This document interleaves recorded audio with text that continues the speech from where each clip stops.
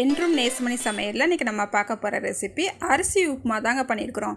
சும்மா செம்ம டேஸ்ட்டாக பண்ணி அசத்தியிருக்கேங்க. நல்லா பொழு பொழுன்னு செம்ம டேஸ்ட்டாக பண்ணியிருக்கேங்க. இன்றைக்கி பிறந்தநாள் மற்றும் திருமண நாள் கொண்டாடுற எல்லோருக்குமே என்னுடைய வாழ்த்துக்கள். இப்போ வாங்க நம்ம ரெசிபி எப்படி பண்ணலான்னு பார்த்துடலாம்.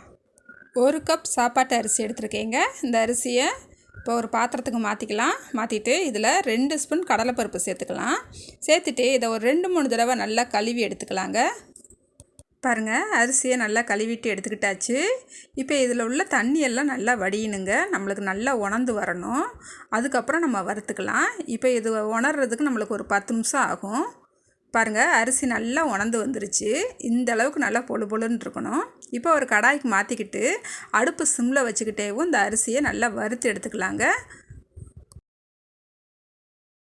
பாருங்கள், அரிசி நல்லா பொரிஞ்சு கடலைப்பருப்புமே நல்லா செவந்து சூப்பராக நம்மளுக்கு வறுபட்டு வந்துருச்சு. இந்த அளவுக்கு வறுத்தா போதும். இது கூடவே ஒரு 1/2 ஸ்பூனுக்கு சின்ன சீரகம் சேர்த்துக்கலாங்க. ஒரு 1/4 ஸ்பூன் மிளகு சேர்த்துக்கலாம்.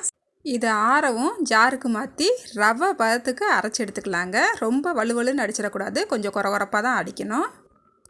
பாருங்கள், நான் அடிச்சுட்டு வந்துட்டேன். எந்த அளவுக்கு இருக்குதுன்னு பாருங்கள். ரொம்ப வலுவலுன்னு அடிச்சிடக்கூடாது. நல்லா ரவை பதத்துக்கு இங்கே பாருங்கள், இந்த அளவுக்கு நல்லா அடித்து எடுத்துக்கலாம். இப்போ ஒரு குக்கர் அடுப்பில் வச்சுக்கிட்டு இதில் 3 ஸ்பூன் எண்ணெய் விட்டுக்கலாங்க. கொஞ்சமாக கடுகு சேர்த்துக்கலாம். கடுகு நல்லா பொரிஞ்சு வந்த உடனே 1/2 ஸ்பூன் உளுந்தம்பருப்பு, 1/2 ஸ்பூன் கடலைப்பருப்பு சேர்த்துக்கலாங்க. இது நல்லா பொரிஞ்சு வந்தால் பிறகு 1/2 ஸ்பூன் சீரகம் சேர்த்துக்கலாங்க. பாருங்கள், 2 பல்லாரி வெங்காயத்தை நல்லா நீல வாக்கில் கட் பண்ணி வச்சுருக்கிறேன். இப்போ இந்த வெங்காயத்தை சேர்த்துக்கிட்டு ஒரு 5 மிளகாய் வச்சுருக்கிறேன். இதையும் சேர்த்துக்கிட்டு கொஞ்சமாக கருவேப்பிலையும் சேர்த்துக்கலாங்க.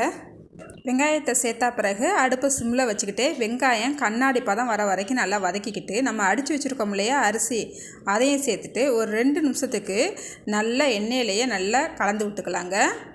இப்போ பாருங்கள், 1 கிளாஸ் அரிசி எடுத்தோம். இதுக்கு 2 கிளாஸ் தண்ணி சேர்த்துக்கலாம். தண்ணி சேர்த்துட்டு ரொம்ப நேரம் கொதிக்க விட்டுறக்கூடாது. இப்போ இதுக்கு தேவையான அளவு உப்பு சேர்த்துக்கலாம். இப்போ இதை மூடி வச்சு ஒரு விசில் விட்டால் போதுங்க. நம்மளுக்கு உப்புமா சூப்பராக ரெடி ஆயிருங்க. பாருங்கள், ஒரு 10 நிமிஷம் ஆயிடுச்சு. ஒரு விசில் அடித்தா பிறகு நான் ஒரு 10 நிமிஷம் கழித்து திறந்து பார்க்குறேன். சூப்பராக பொழு பொழுன்னு அப்படியே திறக்கும் போதே நம்மளுக்கு கமன்னு வாசனையோட அரிசி உப்புமா சூப்பராக ரெடி ஆயிடுச்சுங்க. வித்தியாசமான சுவையில் செம்ம டேஸ்ட்டாக இருக்குங்க. இந்த உப்புமாவை சீனி வச்சு கூட சாப்பிட்லாங்க. ரொம்பவே டேஸ்ட்டாக இருக்கும். சாம்பார் இருந்துச்சுன்னா அதை வச்சும் சாப்பிட்லாம். தேங்காய் சட்னியோடு சாப்பிட்றதுக்கு ரொம்பவே டேஸ்ட்டாக இருக்குங்க. நீங்களும் இது போல் ஒரு தடவை ட்ரை பண்ணி பாருங்கள். ட்ரை பண்ணிவிட்டு எப்படி வந்துச்சுன்னு கமெண்ட்டில் சொல்லுங்கள்.